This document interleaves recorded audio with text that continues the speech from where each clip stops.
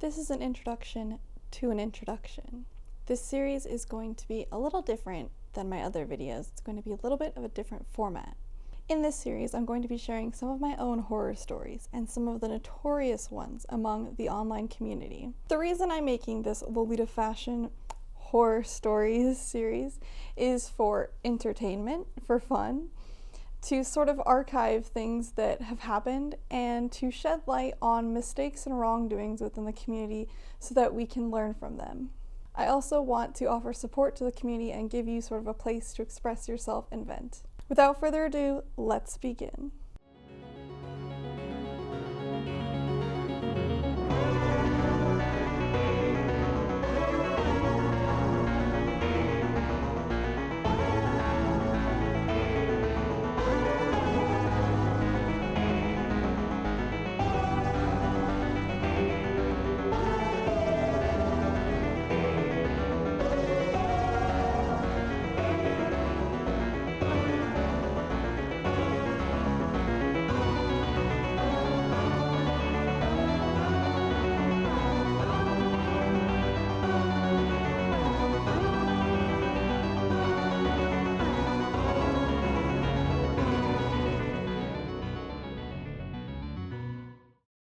In 2012, there was a Halloween-themed meetup in San Diego called the Haunted Chessboard.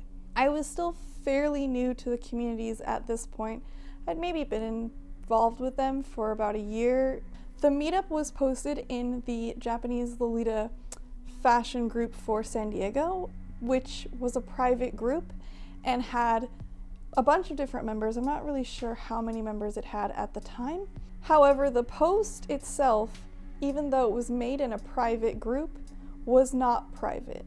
The post was public, which becomes relevant later. The meetup was being held at a chess club, which was a really cool location for a meetup. And everything aside, that was a really fun Lolita meetup. That was one of my top 5, if not the most fun I've ever had at a Lolita meetup. For some reason, just the games that they had were so fun. I had such a good time. The theme of the meetup was Halloween, and it was encouraged that you wear a J fashion style in a Halloween kind of motif, and it was really discouraged to wear costumes. The only sort of costume I could think of when it comes to this meetup was one of Lolita's boyfriends was dressed as Slender Man, which only consisted of him wearing a suit and then having that sort of white face mask thing. And we all saw him without the face mask at first, and he really only wore it for photos and then took it off and just went about in a suit. The meetup was quite a few hours long. There was a portion where we all sat down and ate, and then we played a bunch of social games, and then we took more photos, and it went over the course of maybe 3 or 4 hours. I would say it was about halfway through the meetup. We had all finished eating. All of us were kind of sitting around talking. It was in between getting ready for playing social games, and we were just taking pictures or sitting when someone new walked into the meetup. This person had a full mask on, and at first glance I thought they were a bee, but later on I found out that they were actually a butterfly. But I still will always remember them as the Beelita because of the impression that they made on me in that moment. I refer to them as a Beelita even though I know now they're a butterfly. This person walked in with a realistic fly mask which fully covered their face and a Leg Avenue butterfly costume without much underneath it. The Beelita comes in walking stoically by themselves and sits down in the middle of the room. Not really with any group, doesn't seem to be looking for anyone to meet up with, just walks in, sits down, and is in sort of the center of this big group, but everybody's talking amongst themselves and doesn't seem to really notice. I wish so much that I could go back now, because I would immediately go over and ask them questions, ask who they were, why they were there, how did they find out about this meetup, is this a subculture that I'm not familiar with? But at the time I was still new and still nervous and shy, so I didn't say anything.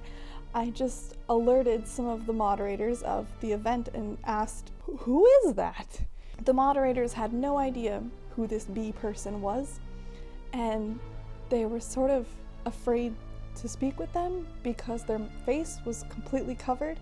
I don't know how to put this in a way that is polite, but it's an important part of the story. The Beelita sits down in the middle of the meet in a way that is frequently referred to as manspreading, and you could see some genitals. I'm not sure how this person identifies, but there were minors in the room. There were at least 2 16-year-olds there, and this person was there in a tiny butterfly costume without enough undergarments on.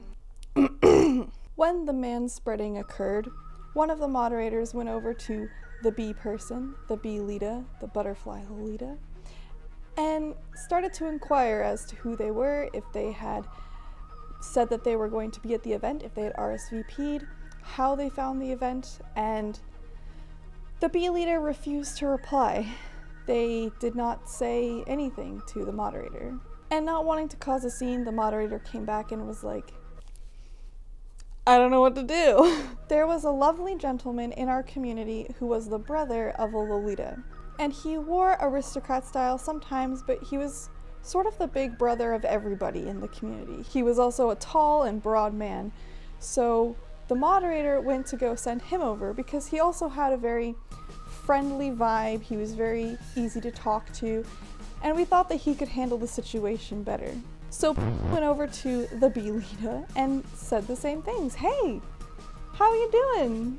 Why are you here? What's going on? And to him, the Beelita said nothing.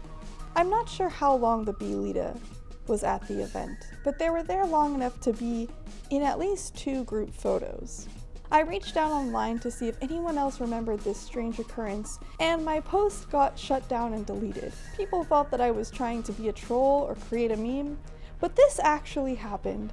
I was actually at a meetup with a bug person who still remains a mystery. I was criticized in that post that this was some form of bullying. I don't understand when I'm posting someone whose face is fully covered how I could be harassing them. And I'm also coming from a place of not hate. I just really want answers. I want to know, why were they there? Did they ever go to any meetups afterwards? Had they ever gone to meetups before? The San Diego Lolita community is interesting because a lot of people who are involved are in the military.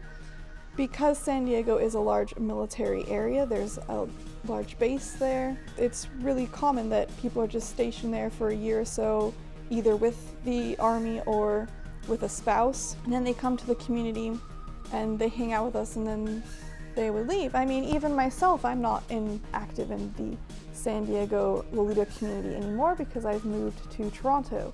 So there's a lot of people in and out of that community. Aside from flashing us, maybe accidentally, I don't know if this was a intentional thing, if they wanted to flash people and that's what they were there for, to kind of get that attention and get that fill, or if it was a accident. Just as mysteriously as the Beelita arrived, they disappeared.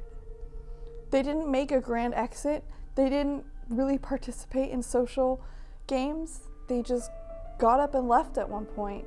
I know for myself, I was uncomfortable by the fact that I couldn't see their face. I didn't know who they were, and they didn't seem to know anyone there, so I just tried to avoid them, and I was distracted by all of my friends. And then I just looked around and noticed that they were gone. I asked some other people that had been at the event, and they said the same thing, that they just disappeared. We could hypothesize a lot about what happened to the Beelita and who they were. It's possible that they were someone super famous. Maybe they had some sort of humiliation flashing fetish. Maybe this was their first meetup and they didn't have an outfit to wear, so they wore a costume. Maybe they weren't comfortable in wearing Lolita yet, so that's why they wanted to hide behind a mask. Maybe this is some sort of furry subgenre, which I'm not aware of. We'll never know. I hope that the Beelita is out there, thriving in a hive of their own.